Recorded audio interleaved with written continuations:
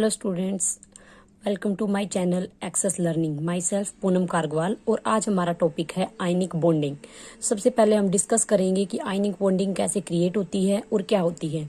तो ionic bonding में starting कहाँ से होती है स्टूडेंट्स? जब हमारी कोई भी कंप्लीट ट्रांसफॉर्मेशन होती है किसी भी इलेक्ट्रॉन की वन एटम से दूसरे एटम पर, देन हमारी क्रिएट होती है कौन सी? Ionic bonding. तो आयनिक बॉन्डिंग है क्या? ये एक टाइप के फोर्स है, the electrostatic force of attractions which hold the oppositely charged ion together is called या is known as electrostatic bond और इलेक्ट्रोवैलेंट बॉन्ड। अब हम डिस्कस करते हैं कि इसकी फॉर्मेशन कैसे होती है। हमने एक एग्जांपल लिया है NaCl, जिसकी कॉन्फ़िगरेशन है स्टूडेंट्स, जैसे सोडियम है, सोडियम की कॉन्फ़िगरेशन है 1s2 2s2 2p6 3s1। Here is one electron excess to attain one noble gas configurations. And chlorine की कॉन्फ़िगरेशंस है 1s2 2s2 2p6 3s2 3p6। इसकी कॉन्फ़िगरेशन में वन इलेक्ट्रॉन की डेफिशिएंसी है to attain the noble gas configurations. तो ये क्या करेगा स्टूडेंट्स? सोडियम है वो अपना वन इलेक्ट्रॉन डोनेट कर देगा किसको? क्लोरीन को। यहाँ पर ये वन इलेक्ट्रॉन अपना क्लोरीन को गेन कर देगा और क्लोरीन अपना नोबल गैस कॉन्फ़िगरेशन 8 इलेक्ट्रॉन्स के साथ में लास्ट में 3p6 इलेक्ट्रॉन्स के साथ में अपनी नोबल गैस कॉन्फ़िगरेशन को कंप्लीट कर लेगा। एंड हेयर सोडियम है वो अपनी वन इलेक्ट्रॉन डोनेट करके डेफिशिएंट हो जाएगा वन इलेक्ट्रॉन से और पॉजिटिव चार्ज को गेन कर लेगा और ये भी अपना 2p6 के साथ में वन पॉजिटिव चार्ज के साथ में अपने नोबल गैस कॉन्फ़िगरेशन को अटेन कर लेगा। हेयर स्टेबिलिटी फॉर्म में आ जाएंगे, दोनों एक इलेक्ट्रोस्टैटिक फोर्स के थ्रू बाइंड हो जाएंगे और क्या बना देंगे? NaCl। हेयर Na पर पॉजिटिव चार्ज एंड क्लोरीन पर नेगेटिव चार्ज होगा। ऐसा ही एक एग्जांपल और है CaCl2। कैल्शियम की हमारी कॉन्फ़िगरेशन क्या होती है? 1s2 2s2 2p6 3s2 3p6 4s2। Here the two valence electrons and can acquire the configuration of argon by losing these two electrons in the formation of calcium chloride। तो here chlorine की हमें configuration already पता है कि इसमें one electron की deficiency है to attain the noble gas configurations. तो एक क्लोरीन वन इलेक्ट्रॉन की डेफिशिएंसी है, दो क्लोरीन होंगे दो इलेक्ट्रॉन की डेफिशिएंसी है और कैल्शियम के पास में क्या है?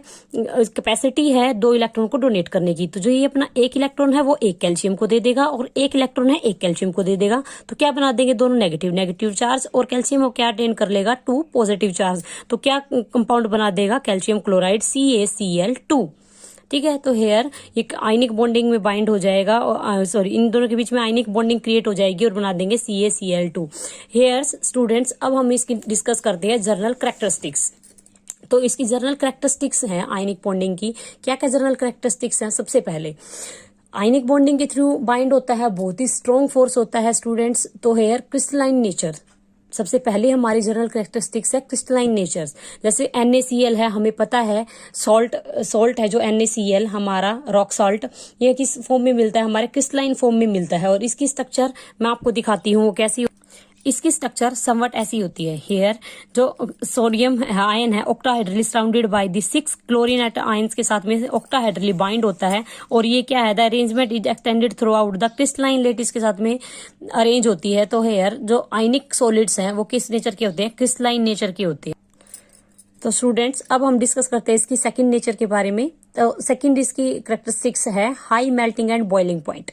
तो जो स्टूडेंट्स अगर हमारा जो कंपाउंड है आयनिक बॉन्डिंग है वो किस फोर्स के थ्रू होता है? इलेक्ट्रोस्टैटिक्स फोर्स के थ्रू। और इलेक्ट्रोस्टैटिक्स फोर्स बहुत ही स्ट्रॉन्ग फोर्स होता है। देन तो अगर हम इनके डिस्कस करें मेल्टिंग, वैसे तो इनका मेल्टिंग पॉइंट बहुत हाई होता है, सबका ही जितने भी कंपाउंड्स होते हैं high melting and boiling point होता है। बट अगर इनकी हम रेंज की बात करें कि अगर हम कंपाउंड्स लेते हैं उनके बीच में डिफरेंस देखते हैं देन क्या रहेगा? तो अगर मैं एक एग्जांपल लेती हूँ जिसमें हमारा एग्जांपल है हमारा सोडियम हैलाइड्स का एग्जांपल है NaF NaCl NaBr and NaI। हमने सॉल्ट लिए हैं। हेयर डिफरेंस किस चीज में है? एनाइन में डिफरेंस है, फ्लोरीन क्लोरीन ब्रोमीन आयोडीन। तो क्या होता है स्टूडेंट्स? जैसे एनाइन का साइज स्मॉल होता जाता है उतना ही मेल्टिंग पॉइंट ज्यादा होता जाता है, क्योंकि जितना ज्यादा स्मॉल साइज होएगा जो एनाइन और कैटाइन के बीच में बॉन्डिंग उतनी ज्यादा स्ट्रॉन्ग होगी और उतनी ज्यादा हमें एनर्जी प्रोवाइड करनी पड़ेगी उनके बॉन्ड को ब्रेक करने के लिए। तो उतना ही ज्यादा उसका मेल्टिंग एंड बॉइलिंग पॉइंट होएगा। नंबर थर्ड पॉइंट है स्टूडेंट्स हार्डनेस। हार्डनेस क्या शो करती है? हार्डनेस मतलब कितने वो हार्ड हैं। तो ये भी हमारा समवट एक दूसरे से रिलेट करती हैं कैरेक्टरिस्टिक्स, समवट हमारा melting point and boiling point से ही रिलेट करता है।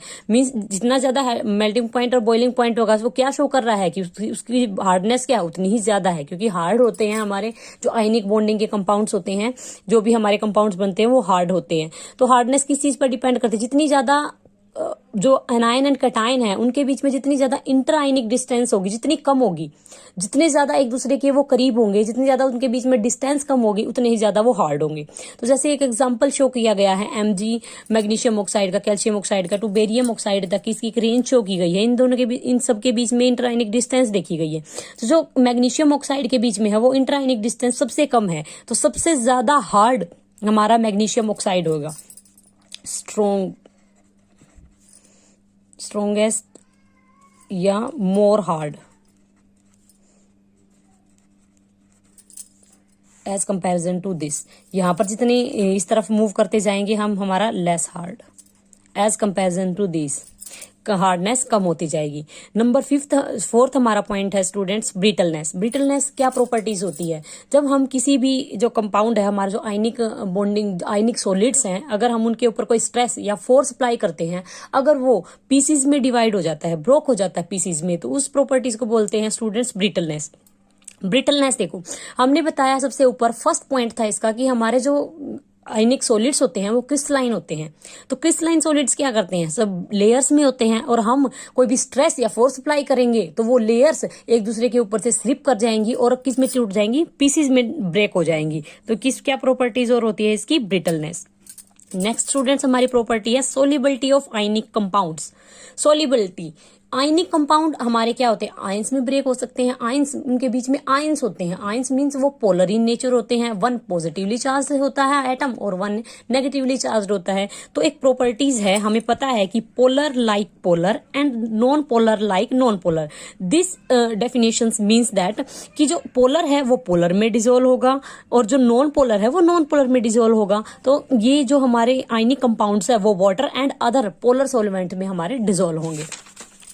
तो हेयर द 6 पॉइंट है स्टूडेंट्स, 6 पॉइंट हमारा है कंडक्शन ऑफ इलेक्ट्रिसिटी।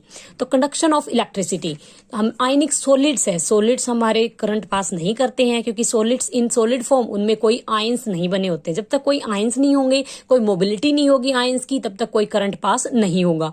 तो क्या होगा? सॉलिड्स, जब तक वो आयनिक सॉलिड्स हैं, अगर वो सॉलिड स्टेट में है तब तक उनमें कोई करंट पास नहीं होगा। लेकिन जब अगर हम उसके ऊपर कोई टेम्परेचर इंक्रीज करते हैं, अगर हम उनका टेम्परेचर इंक्रीज कर रहे हैं, हम उनको हीट कर रहे हैं, देन एक टेम्परेचर इंक्रीज करते करते क्या होगा? उनकी काइनेटिक एनर्जी इंक्रीज होने लग जाएगी। काइनेटिक एनर्जी अगर इंक्रीज हो रही है तो उसके आयंस मोबाइल हो जाएंगे और वो मूव करने लगेंगे और क्या करेंगे? इलेक्ट्रिसिटी को कंडक्ट कर देंगे इन दी मोल्टन स्टेट। तो हेयर तो मोल्टन स्टेट में हमारे जो सॉलिड्स हैं, जो आयनिक सॉलिड्स हैं, वो कंडक्ट करते हैं इलेक्ट्रिसिटी को, और सॉलिड स्टेट में हमारे कोई भी करंट पास नहीं होता है।